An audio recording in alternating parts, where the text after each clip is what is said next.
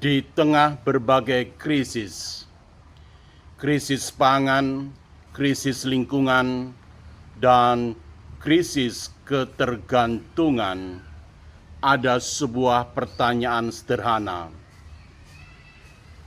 Seberapa jauh kita mengenal makanan yang kita makan setiap hari? Saya menemukan sebagian jawabannya di Pesantren Ekologi Atorik Garut.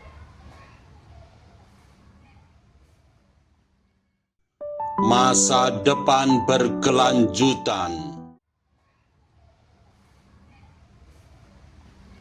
Selamat datang di channel Masa Depan Berkelanjutan.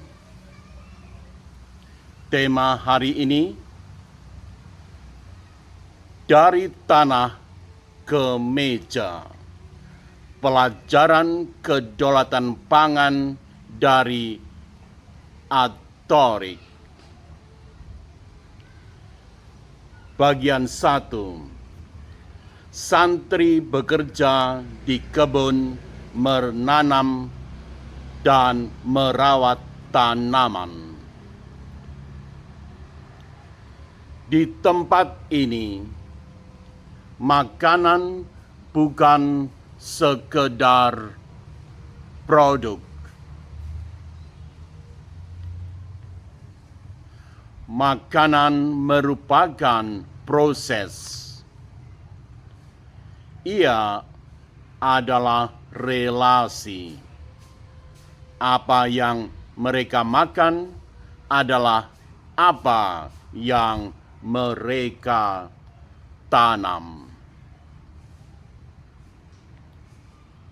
Sayur dari kebun sendiri, karbohidrat dari sumber lokal, singkong, ubi, dan jagung. Bukan hanya bergantung pada beras. Hal itu bukan kebetulan. Itu adalah pilihan. Bagian 2, hewan ternak.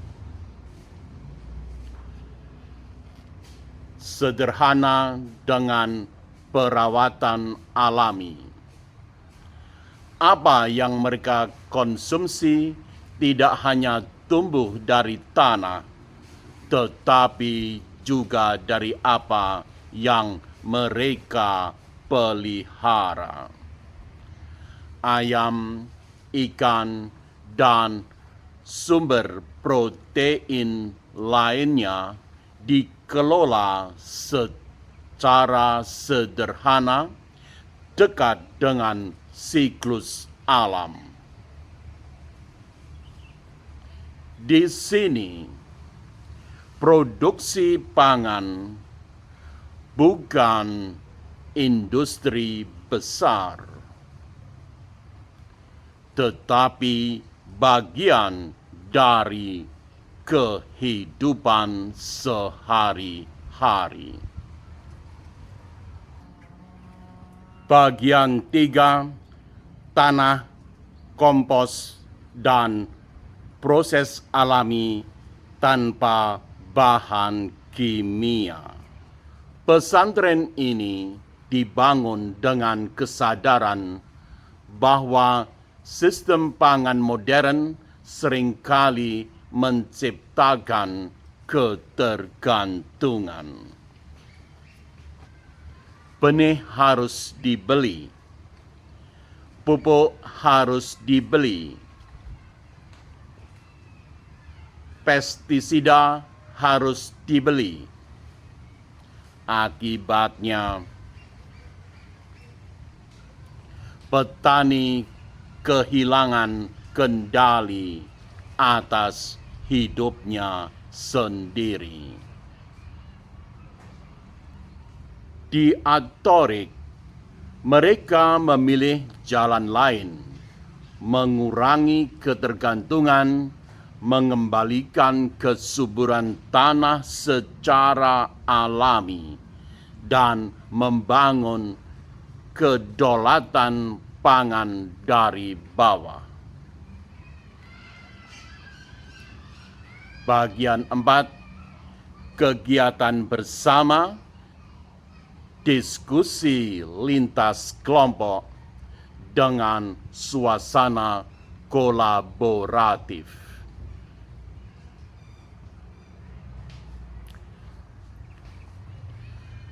Apa yang mereka lakukan bukan hanya soal bertani. Hal ini merupakan gerakan, sebuah upaya untuk menjawab dua krisis sekaligus, yakni krisis ekologi dan krisis kemanusiaan. Karena ketika tanah rusak, yang pertama terdampak adalah manusia. Ketika manusia kehilangan akses pangan, yang hilang bukan hanya makanan, tetapi martabat.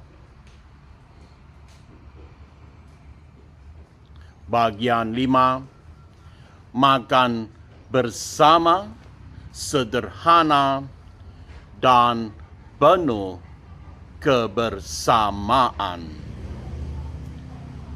Ada sesuatu yang berbeda ketika kita makan dari hasil yang kita tanam sendiri.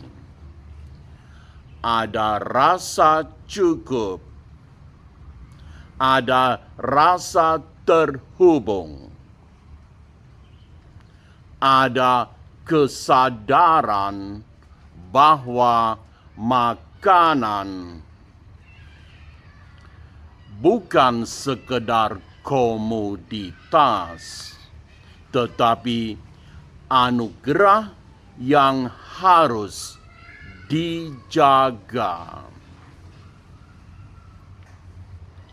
Bagian 6, lanskap kebun dengan sinar matahari.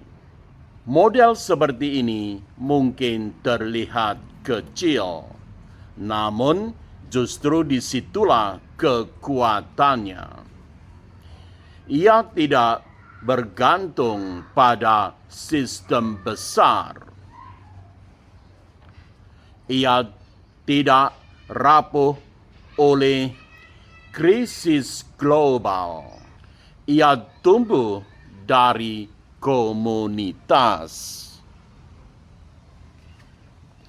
dari kesadaran, dari relasi yang sehat antara manusia dan alam.